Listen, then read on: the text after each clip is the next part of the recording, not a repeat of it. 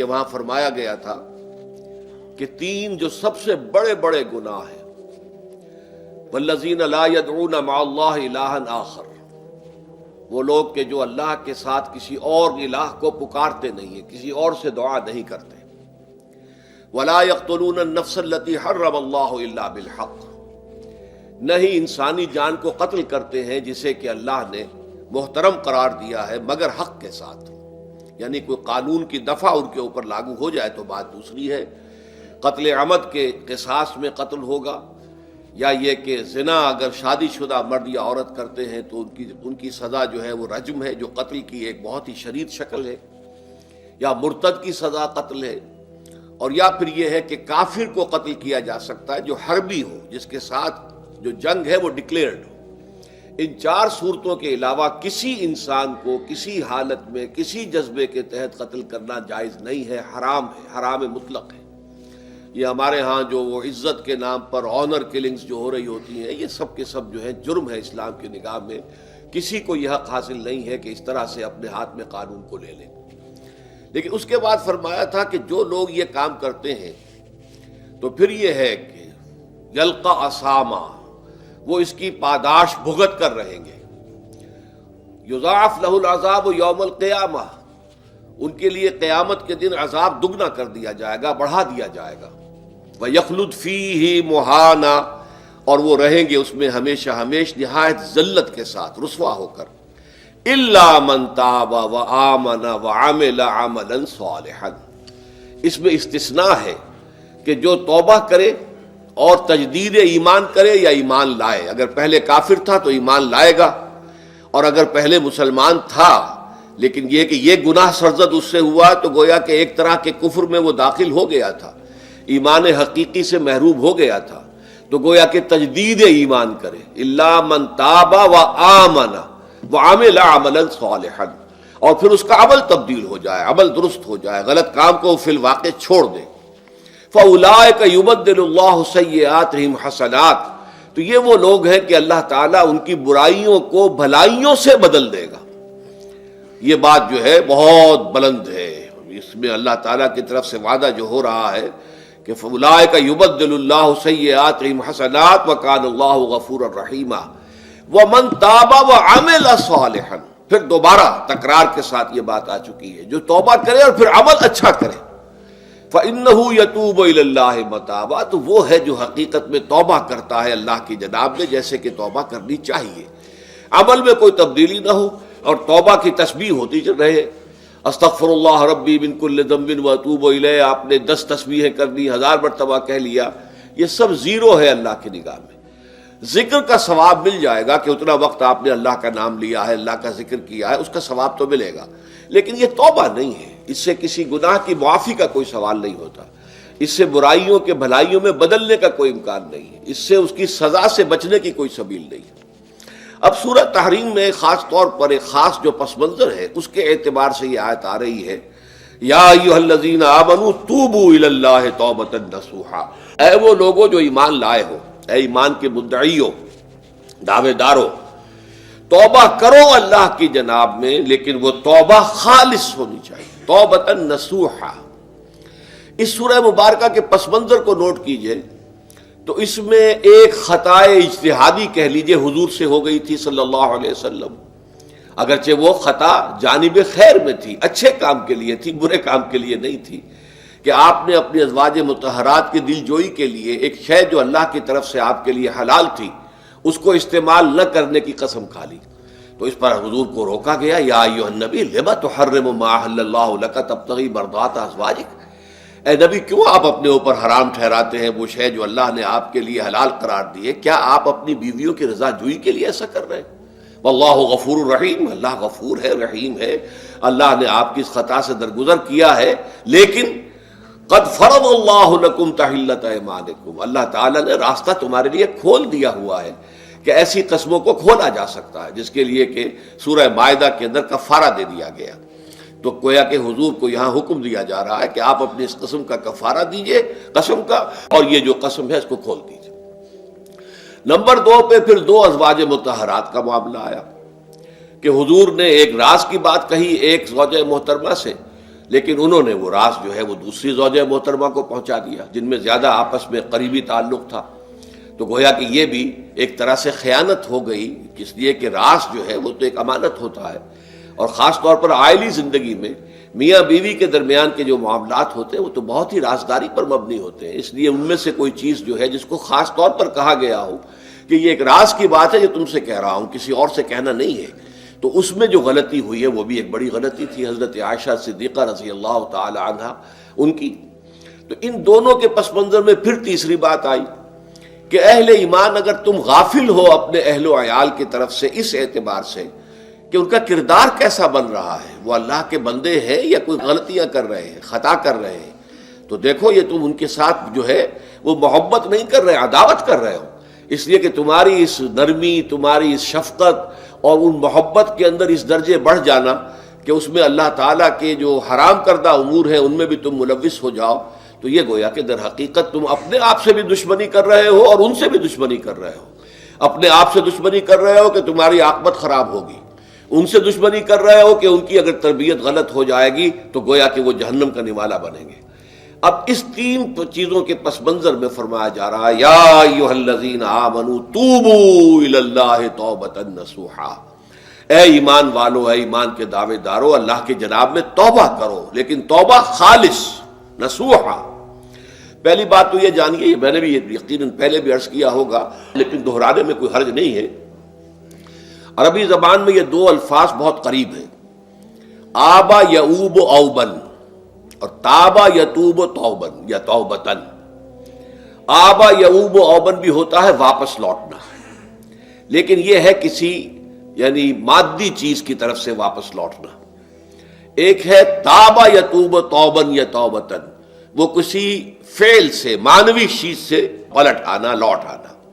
چنانچہ ایک بڑی پیاری جو دعا حضور صلی اللہ علیہ وسلم مانگا کرتے تھے، آپ کی مسنون دعاؤں میں سے ہے، جب آپ سفر پر گئے واپس گھر آئے تو گھر میں داخل ہوتے ہوئے آئبونا تائبونا لربنا حامدون، ہم پلٹ کر آ گئے ہیں سفر سے، وطن سے میں پہنچ گئے ہیں، گھر میں داخل ہو رہے ہیں، اور ہم اس حال میں بھی اپنے رب کی جناب میں توبہ بھی کر رہے ہیں، رجوع کر رہے ہیں اللہ کی جناب میں، اور اپنے رب کی حمد کرتے ہوئے داخل ہو رہے ہیں. آئبونا تائبونا لربنا حامدون. اسی طرح آپ بازار جائیں، اس کے بعد اپنے گھر میں داخل ہو تو یہ دعا پڑھیں، تو یہ گویا یہ بہت ہی ایک یوں سمجھیے مبارک، بہت سی اس کے اندر برکات ہوں گی.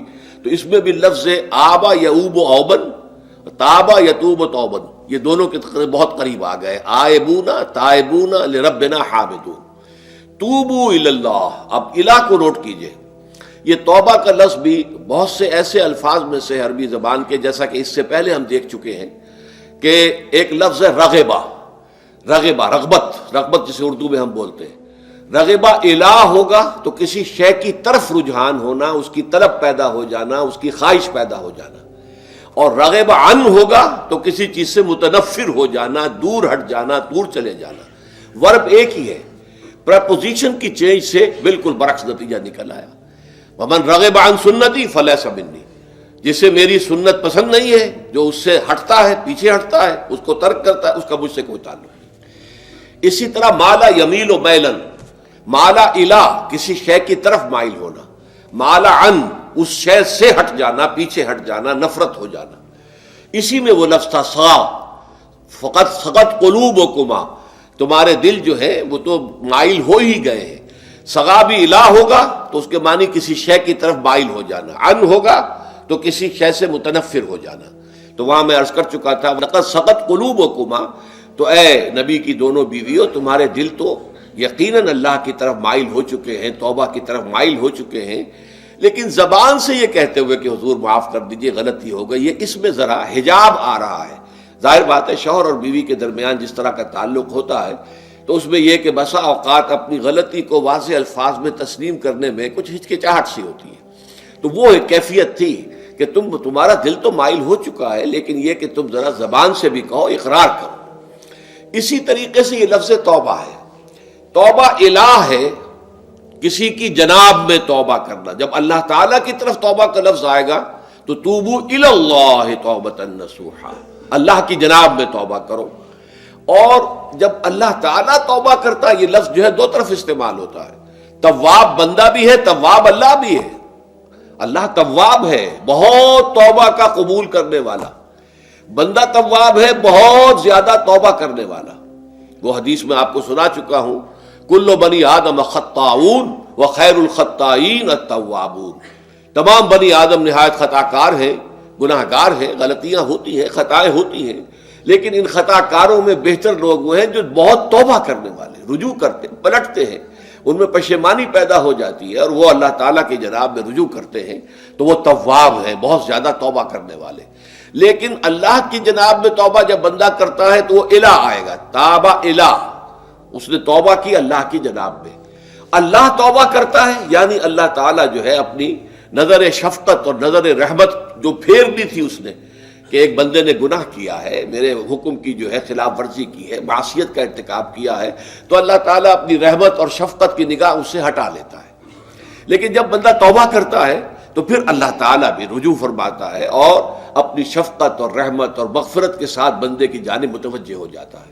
لیکن وہاں تابہ اعلیٰ آئے گا، تم علینا، اے پروردگار ہماری توبہ کو قبول فرما، وہ الہ کے ساتھ آئے گا۔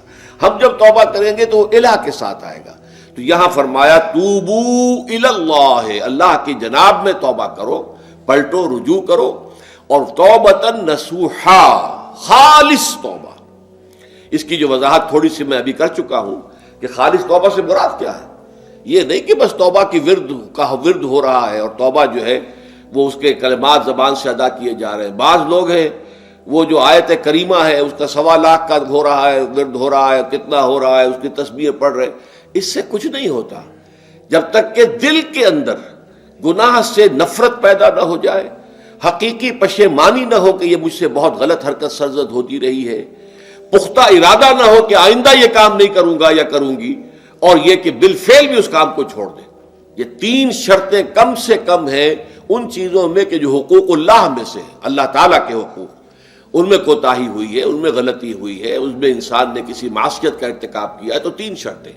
حقیقی پشیمانی نمبر 1، جس کے لیے میں نے اقبال کا شعر آپ کو سنایا تھا جو بالکل نوجوانی کے دور میں انہوں نے کہا تھا، اور کسی، اب میں نام بھول رہا ہوں، کوئی بہت بڑے شاعر تھے، استاذ تھے، اساتذہ، استاذ الشعراء، انہوں نے کہا تھا کہ میاں صاحبزادے اس عمر میں اور یہ شعر اس قدر اونچا شعر ہے کہ موتی سمجھ کے شان کریمی نے چن لیے قطرے جو تھے میرے عرق انفعال کے۔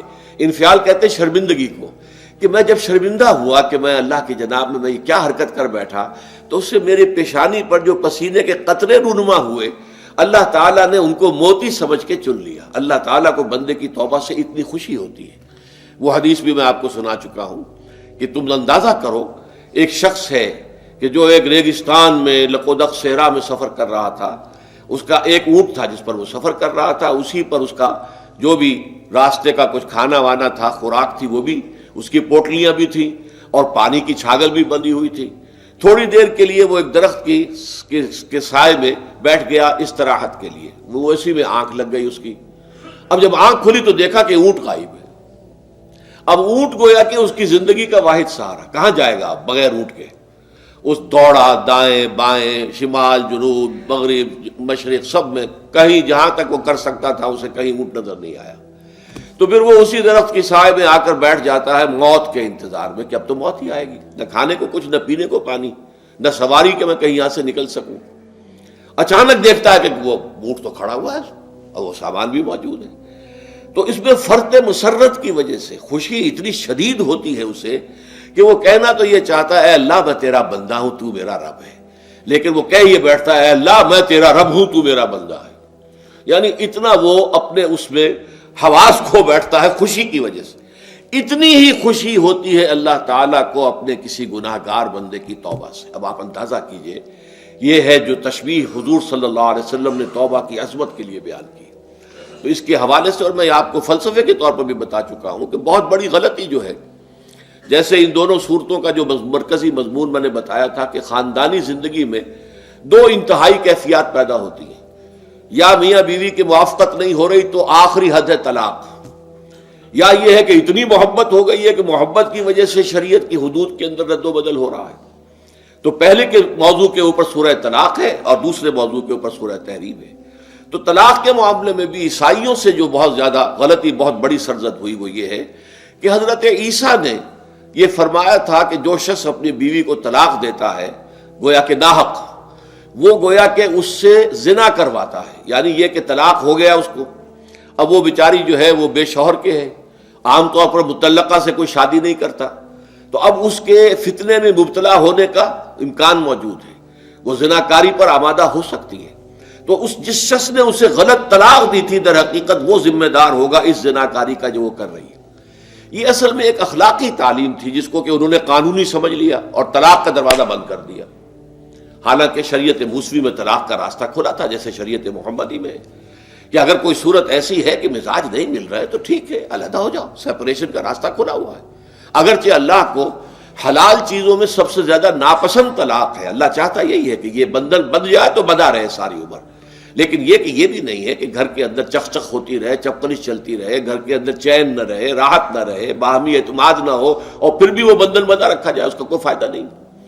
تو قانون وہ تھا لیکن اخلاقی تعلیم یہ تھی، جیسے حضور نے فرمایا ابغض الحلال عند اللہ الطلاق، لیکن ساتھ ہی میں نے وہ حدیث بھی آپ کو سنا دی کہ جو شخص اپنی بیوی کی جو بھی اس کی روش ہے اس سے سخت نالاں ہے، شکایتیں کرتا پھرتا ہے دوسروں سے، طلاق نہیں دیتا، تو اللہ تعالیٰ اس کی دعا سنتا ہی نہیں کہ جب میں نے تمہارے لیے راستہ کھلا ہوا تھا وہ تم اختیار نہیں کر رہے۔ تو یہی معاملہ در حقیقت عیسائیوں نے اس حد تک بڑھایا کہ حضرت آدم اور حوا سے جو خطا ہو گئی تھی وہ خطا جو ہے وہ تو ہر انسان دنیا میں جو آتا ہے تو خطا کار ہے، وہ اپنے آباء و اجداد، اپنے اماں حوا اور اپنے ابا آدم کی خطا لے کر اپنے ساتھ پیدا ہو رہا ہے، تو گناہ گار ہے۔ Man is sinful from the very birth. اب اس کا کیا علاج ہو پھر؟ وہ تو اس کا علاج ڈھونڈا کہ اللہ نے اپنا اکلوتا بیٹا زمین پر بھیج کر اور اسے ان لوگوں کی طرف سے کفارہ بنا لیا کہ جو ہمارے اس بیٹے پر ایمان لے آئے۔ یہ سارا عقیدہ بنائے فاسد علی الفاسد کیوں ہوا؟ کہ توبہ کے بارے میں تصور ان کا غلط ہو گیا۔ اللہ قرآن مجید نے واضح کیا کہ غلطی تو ہوئی تھی حضرت آدم و حوا سے، شیطان کے بہکانے میں آ گئے تھے، لیکن یہ کہ پھر انہوں نے توبہ کی، اللہ نے تاب علیہ، اللہ نے اس کی توبہ قبول فرما لی۔ فتلقى آدم من ربہ کلمات فتاب علیہ، تو آدم نے اپنے رب سے کچھ کلمات سیکھ لیے، پشیمانی تو ہو گئی تھی، شرمندگی ہو گئی تھی، لیکن الفاظ نہیں مل رہے تھے، کن الفاظ میں اللہ کی جناب میں توبہ کروں۔ اللہ کی کمال شفقت کے اللہ نے وہ الفاظ بھی انہیں تلقین کر دیے جو سورہ اعراف کے اندر بیان ہوئے ہیں، ربنا ظلمنا انفسنا وان لم تغفر لنا وترحمنا لنکونن من الخاسرین، اللہ نے توبہ قبول فرما لی، فتاب علیہ۔ اب جو بچہ پیدا ہو رہا ہے نسل آدم کا، وہ کوئی اپنے جد امجد جو ہے حضرت آدم اور حضرت حوا کے گناہ کی پوٹ لے کر نہیں آتا ہے، وہ تو کل مولود یولد علی الفطرہ، فطرت الاسلام پہ پیدا ہوتا ہے۔ تو توبہ کی در حقیقت جو عظمت اور حقیقت ہے ہمارے دین میں، اس کو نہ سمجھنے سے بھی بہت بڑی غلطیاں لوگوں سے ہو جاتی ہے، اور تاریخ انسانی میں اتنی بڑی بڑی غلطیاں ہوئی ہیں۔ طلاق کے معاملے میں بھی عیسائیوں نے پھر یہ کیا کہ سوائے اس کے کوئی شکل نہیں ہے کہ بیوی زنا کار ہو تو پھر تو طلاق ہو جائے گی، سیپریشن ہو جائے گی، لہذا جو طلاق دینا چاہتے تھے وہ ایسے مواقع پیدا کرتے تھے کہ بیوی زنا کرے، یا یہ کہ جھوٹی گواہیاں فراہم کرتے تھے زنا کاری کی اور پھر اس سے چھٹکارا حاصل کرتے تھے۔ اس کے بغیر چھٹکارا حاصل کرنے کی کوئی شکل نہیں تھی۔ اس پر بڑے بڑے افسانے جو ہیں وہ مغربی لٹریچر کے اندر آپ کو ملیں گے کہ عورت سے نجات پانے کے لیے انہیں پھر یہ کرنا پڑتا تھا کہ جھوٹے طور پر جھوٹا الزام تہمت لگا کر اس کے اوپر زنا کا الزام ثابت کرے، یا یہ ہے کہ اسے واقعتاً خود ایسے حالات میں ڈال دے کہ وہ زانیہ بن جائے اور پھر اس سے نجات حاصل۔ یہ گویا کہ پھر وہی بنائے فاسد علی الفاسد، ایک غلط بات کے اوپر دوسری غلط بات کا۔ تو توبوا الی اللہ توبۃ نصوحا، توبہ کرو اللہ کی جناب میں جو کہ خالص توبہ ہو۔ خالص توبہ میں 3 شرائط میں نے بیان کر دی کہ اگر اللہ کے حقوق میں معاملے میں کبھی بیشی ہوئی ہے تو پھر یہ ہے کہ پشیمانی حقیقی، عزم مصمم دوبارہ نہیں کروں گا نہ کروں گی، اور نمبر 3 یہ کہ ایک مرتبہ اس گناہ کو لازماً چھوڑ دینا۔ اس کے بعد جو ہے اگر یہ حقوق العباد میں سے ہے تو ایک چوتھی اضافی شرط ہے، یا تو اس کی تلافی کرو، اس کا پیسہ مارا تھا تو پیسہ دو، بہن کا حق جو ہے وراثت میں کھایا تھا تو اس کو ادا کرو، یا اس سے معافی حاصل کرو، یا پھر ایک شکل ہو سکتی ہے کہ اگر وہ فوت بھی ہو گیا ہے، اب کوئی شکل نہیں ہے، اس کی طرف سے صدقہ و خیرات کرتے رہو، اللہ یہ میں کر رہا ہوں اس کے حساب میں اس کو جمع کر دے، اور میری جو کوتاہی تھی اس کو معاف فرما دے، اس کو جو ہے وہ ڈیبٹ کریڈٹ ہو جائے گا، ورنہ پھر آخرت میں یہ ہوگا کہ آپ کی نیکیاں اس کے حوالے کی جائیں گی۔ یا آپ کے پاس نیکیوں کا ذخیرہ بھی کافی نہ ہوا تو اس کے گناہ آپ کے پلڑے میں ڈال دیے جائیں گے. اور اسی کو حضور نے فرمایا کہ میری امت کا اصل مفلس وہ ہے. آپ نے پوچھا اتدرون من المفلس، آپ لوگ جانتے ہیں کہ مفلس کون ہوتا ہے؟ تو صحابہ نے وہی جواب دیا جو ہم میں سے ہر شخص جواب دے گا، المفلس عندنا من لا درہم لہ ولا دینار. ہمارے نزدیک ہم مفلس اس کو کہتے ہیں جس کے پاس درہم و دینار نہیں ہے، روپیہ پیسہ نہیں ہے. حضور نے فرمایا نہیں، میری امت کا مفلس وہ ہوگا جو قیامت کے دن حاضر ہوگا، بہت سی نمازوں کی وہ پنڈ لے کر آئے گا، وہ گٹھڑی لے کر آئے گا، گٹھڑا لے کر آئے گا، اور روزوں کا اور اس کا اور حجوں کا اور عمروں کا، لیکن وقد شتم ھذا واکل مال ھذا، اس نے مال کھایا تھا فلاں کا حرام طریقے سے، فلاں کو گالی دیتی تھی، فلاں پر تہمت لگائی تھی، حقوق العباد کے اندر جو ہے اس کی عزت پر حملہ کیا تھا. وہ سارے مدعی جمع ہو جائیں گے. اللہ تعالیٰ کسی سے کہے گا بھائی تم اس کی نمازیں لے جاؤ، کسی سے کہے گا اس کے روزے لے جاؤ، اچھا تم لو حج لے جاؤ، اس کے عمرے لے جاؤ، اور اس کے بعد بھی مدعی باقی ہوں گے. تو اب مدعیوں کے گناہ اس کے پلڑے میں ڈالے جائیں گے، اور پھر وہ دوسروں کے گناہوں کے بوجھ تلے دب کر جہنم میں جھونک دیا جائے گا. تو یہ حقوق العباد کے اندر معاملہ اس سے بھی کہیں زیادہ سخت ہے کہ جو حقوق اللہ کا ہے. اللہ تو بڑا غفور ہے، رحیم ہے، اس کے اندر وہ رعایت بھی کرے گا، لیکن حقوق العباد کا معاملہ اللہ کہہ دے گا یہ میرا معاملہ ہے ہی نہیں، یہ تمہارا آپس کا معاملہ ہے، تمہیں اس میں تو جو بھی ہے لین دین کر کے ہی معاملہ چکانا ہوگا، دے دے کر معاملہ ہوگا، اس کے بغیر نہیں. تو توبوا الی اللہ توبۃ نصوحا عسیٰ ربکم ان یکفر عنکم سیئاتکم. عین ممکن ہے، عسیٰ اصل میں امید دلانے کے لیے ہوتا ہے، شاید کہ ایسا ہو جائے، لیکن جب اللہ کی طرف سے یہ لفظ آتا ہے تو یہ یقینی معنی، یقینی وعدے، اللہ کا وعدہ ہے. اگر تم یہ توبہ نصوح کرو گے تو اللہ کا وعدہ ہے تم سے کہ وہ تم سے تمہاری برائیوں کو دور کر دے گا. یہ تکفیر کے لفظ کو بھی سمجھ لیجئے. کفر کا اصل معنی ہے چھپا دینا، دبا دینا. اسی لیے گناہ کا کفارہ ہوتا ہے. آپ سے گناہ ہو گیا، آپ نے کفارہ دے دیا تو گناہ چھپ گیا، دب گیا، اس کے اثرات زائل ہو گئے، وہ آپ کے نامہ اعمال سے اس کو ختم کر دیا جائے گا. یہ ہے کفارہ، کفارہ. کفار جمع ہے کافر کی. کافر جو ہے وہ حق کو چھپاتا ہے، اللہ کی دعوت جو دی جا رہی ہے اس کو دباتا ہے، تو اس معنی میں وہ کافر ہے، انکار کرتا ہے. لیکن یہ کہ ایک کفران نعمت ہے، کسی نے آپ پر احسان کیا ہے اور آپ اس کا احسان نہیں مان رہے، آپ کے لیے دل میں اس کے لیے کوئی احسان بندی کے جذبات پیدا نہیں ہوئے، تشکر کا جذبہ پیدا نہیں، یہ کفران نعمت ہے. تو تکفیر اس کو بھی کہتے ہیں، تکفیر اسے بھی کہتے ہیں مسلمان امت میں سے کسی کو نکال دینا، اس لیے کہ وہ بنیادی عقائد میں علیحدہ ہو گیا ہے. تو یہ پرجنگ ہے، یہ بھی تکفیر ہے. تو تکفیر اعمال کیا ہے کہ برے اعمال کو دھو دے گا تمہارے نامہ اعمال سے، اور نمبر 2 تمہارے دامن کردار سے بھی دھو دے گا. جو غلطیاں تمہارے اوپر چلی آ رہی تھی، اتنے عرصے تک تم کرتے رہے ہو، تمہارا کردار جو ہے اس سے مقدر ہو گیا ہے، اس کے اندر جو ہے خرابی پیدا ہو گئی ہے، تو اللہ اس کو بھی دھو دے گا. تو دنیا میں بھی تکفیر کا اثر ہوگا کہ انسان کی اصلاح ہو جائے گی، اس کی سیرت و کردار جو ہے صحیح رخ پر آ جائیں گے. اور آخرت میں یہ ہے کہ اس کا جو اعمال نامے میں جو گناہ درج تھا وہ وہاں سے صاف کر دیا جائے گا، محو کر دیا جائے گا. یہ تکفیر 2 گناہ ہے. اور اس میں جو ہم سورہ الفرقان میں پڑھ کر آئے ہیں وہ اس سے بھی اگلی بات ہے. اولئک یبدل اللہ سیئاتہم حسنات. جہاں گناہ کا اندراج تھا وہاں اب نیکی کا اندراج ہو جائے گا. تمہاری سیرت و کردار میں جو گناہ کا پہلو تھا وہ اب نیکی کے پہلو میں بدل جائے گا. یہ تکفیر گویا کہ دنیا میں بھی اور آخرت میں بھی. عسیٰ ربکم، امید ہے اور اللہ کا وعدہ ہے کہ وہ تم سے تمہاری برائیوں کو دور کر دے گا. مطلب یہ کون انسان ہے جو برائی سے بالکل پاک ہے؟ کل بنی آدم خطاؤون و خیر الخطائین التوابون. توبہ کرو، توبہ نصوح کرو، اللہ تعالیٰ دھو دے گا. تمہارے دامن کردار سے بھی داغ اور دھبے صاف کر دے گا اور تمہارے اعمال نامے سے بھی. وَيُدْخِلَكُمْ جَنَّاتٍ تَجْرِي مِن تَحْتِهَا الْأَنْهَارُ. اور تمہیں داخل کرے گا ان باغات میں جن کے نیچے یا جن کے دامن میں ندیاں بہتی ہوں گی. یوم لا یخزی اللہ النبی والذین آمنوا معہ. وہ دن کہ جس دن اللہ رسوا نہیں کرے گا نہ نبی کو اور نہ ان کو جو ان کے ساتھ ایمان لائے.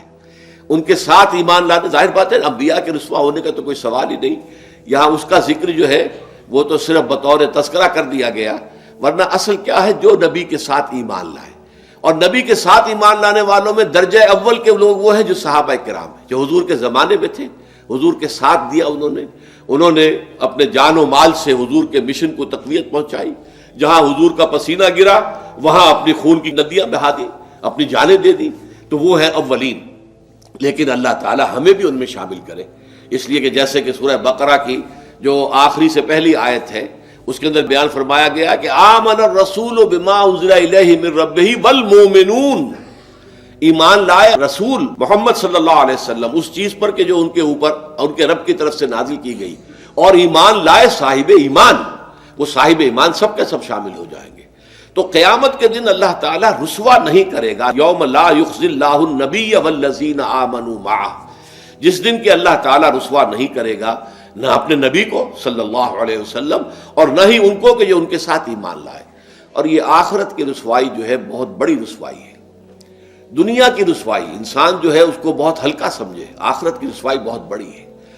پوری خلق خدا جہاں جمع ہوگی، پوری انسانیت جمع ہوگی، تمام آدم سے لے کر آخری انسان تک جمع ہوں گے، اور وہاں اگر رؤوس الاشہاد ہمارا پردہ چاک کیا جائے، ہمارے گناہوں کو جو ہے اعلان کیا جائے، تو وہ کتنی بڑی رسوائی ہوگی. اسی لیے یہ دعا مانگتے رہنا چاہیے، اللہم ربنا اجرنا من خزی الدنیا والآخرہ، اے اللہ ہمیں بچا لے، دنیا اور آخرت دونوں کی رسوائی سے بچا لے. دنیا کی رسوائی یہ ہے کہ آپ کی کسی غلط کام کا چرچا ہو جائے، دنیا کے اندر پھیل جائے، آپ کی جو ہے عزت جو ہے وہ داغدار ہو جائے، اس سے بھی اے اللہ بچا لے، پردہ ڈال دے. جیسے کہ حضور نے لفظ استعمال کیا الا یتغمدنی ربی برحمتہ، اللہ یہ کہ میرا پروردگار مجھے اپنی رحمت کی چادر تلے ڈھانپ لے. اللہ تعالیٰ دنیا میں بھی ہمیں ڈھانپے رکھے اور آخرت میں بھی ڈھانپ لے. تو یہ خزی دنیا والآخرہ، اے اللہ ہمیں دنیا کی بھی رسوائی سے بچائے رکھ اور آخرت کی رسوائی سے بھی بچا لیجو. بارک اللہ لی ولکم فی القرآن العظیم ونفعنی وإیاکم بالآیات والذکر الحکیم.